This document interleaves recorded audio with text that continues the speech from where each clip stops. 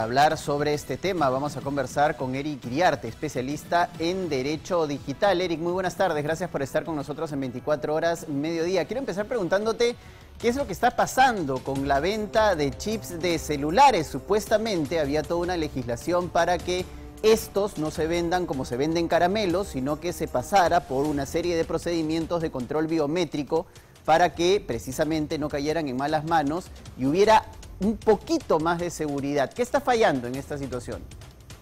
Buenas tardes, Paco. Un gusto siempre hablar contigo. Voy a tratar de ser sumamente sucinto. El tema es que la regulación que se había planteado por parte de OCIPTEL fue cuestionada, como es factible cuestionarse diversas regulaciones, e Indecopi ya ha dado un fallo definitivo diciendo de que es aplicable, que no es una forma de barrera.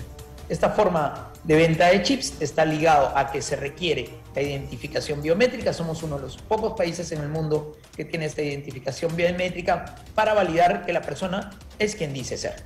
El tema está en que la confianza que se tiene que tener con este instrumento, que es la biometría, va ligado a otros dos tipos de instancias. Una gubernamental, que es RENIEC, que es la que termina validando o no la huella, que además ahora se pide que sea huella caliente, es decir, que sea una huella viva.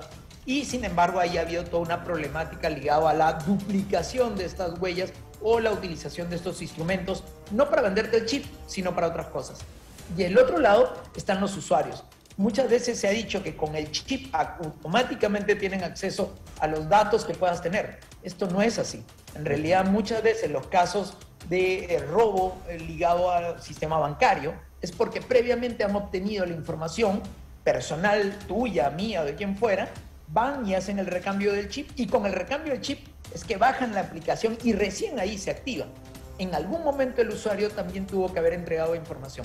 Esta es la situación en la cual estamos. Ahora, ¿qué pasa cuando el usuario, lo que usualmente suele ocurrir y los casos que nos solemos encontrar, y tú mismo los has podido ver, jura y rejura que su teléfono celular nunca ha salido de sus manos? Es decir, que esa información siempre ha estado en control de la persona y por alguna manera o de alguna manera resulta que estos delincuentes terminan haciéndose de nuestro número de DNI, nuestro nombre completo y otros datos básicos para validar información y luego hacerse del dinero, por ejemplo, de nuestras cuentas o utilizar nuestras tarjetas de crédito para hacer compras internacionales.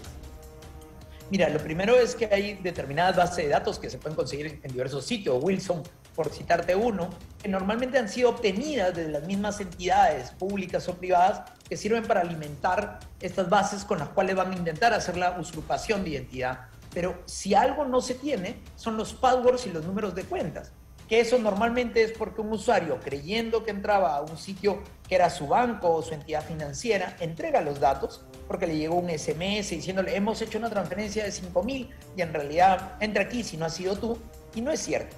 Entonces, esa primera recolección de los datos, cuando llevan a intentar hacer un duplicado de chip o haciéndose pasar con una huella en silicona, pues termina permitiendo bajar una aplicación bancaria o similares, y esto a su vez permite acceder a las cuentas. Ahí hay, sin embargo, un tema. Algunos bancos, por ejemplo, si tú cambias de email, es decir, cambias de dispositivo en sí mismo, te obligan a ir a hacer una verificación individual. El tema ha sido la pandemia. ¿Cómo obligas a la gente a ir? O sea, tiene que haber mecanismos de control, tanto por el lado de la banca, que los han desplegado, el lado de las entidades intermedias, como pudiera ser RENIEC, y por parte de los usuarios, también para poder protegerse. Indecopi sin duda ha dado una pauta clara de que todo venta de chips tiene que hacerse de una manera formal, pero además tiene que hacerse con una biometría y una validación de las normas ya establecidas por OCIPTEL. Ahora, desde tu punto de vista de experto, Eric, yo quería preguntarte sobre la facilidad con la que algunos aplicativos móviles de agencias bancarias o de entidades bancarias otorgan préstamos o adelantos de sueldo con solo un clic, ¿no? Desde mi punto de vista, esto, si es que uno pierde el teléfono, puede ser tremendamente perjudicial si es que uno no anula el teléfono o las cuentas de manera inmediata, porque estos delincuentes finalmente pueden actuar mucho más rápido de lo que nosotros podemos actuar cuando nos encontramos en la disyuntiva de haber perdido nuestro teléfono celular o de haber sido víctimas de un robo. Eso es completamente cierto. De hecho, esta es la semana de la ciberseguridad. Muchas entidades están precisamente promoviendo, primero, el resguardo de los datos por parte de los usuarios. Aquí falta que el Estado genere una cultura de ciberseguridad, alfabetización desde la escuela para todas las personas sobre estos temas. Segundo, muchas de las aplicaciones tienen que ser actualizadas con mecanismos cada vez más potentes de protección. Si hay cambio de dispositivo, si hay una denuncia intermedia, si evidentemente hay algún cruce de información. Y tercero, que es además de lo más importante que se tiene que tener en cuenta, es que nosotros no deberíamos dejar las aplicaciones siempre abiertas. Deberíamos colocar claramente las reglas de uso de nuestras aplicaciones y así evitar tener un problema futuro. Así es, y eso pasa porque también la gente muchas veces no lee la letra chiquita de los contratos virtuales que le damos clic, lamentablemente, cuando asumimos la responsabilidad de tener ciertas aplicaciones instaladas en nuestros teléfonos celulares, ¿verdad? Así es. Y, a ver, tampoco es que van a leer 40 páginas de contrato, muchas veces son sumamente engorrosos, pero sí uno tener las precauciones de que al final los datos que uno entrega, su nombre, su DNI, su password y un número de cuenta, son datos que son relevantes y que mal utilizados por terceros pueden terminar afectando su economía o afectar a su familia.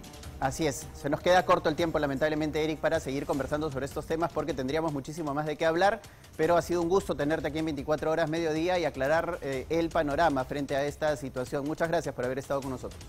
Gracias, Paco. Vamos a continuar nosotros con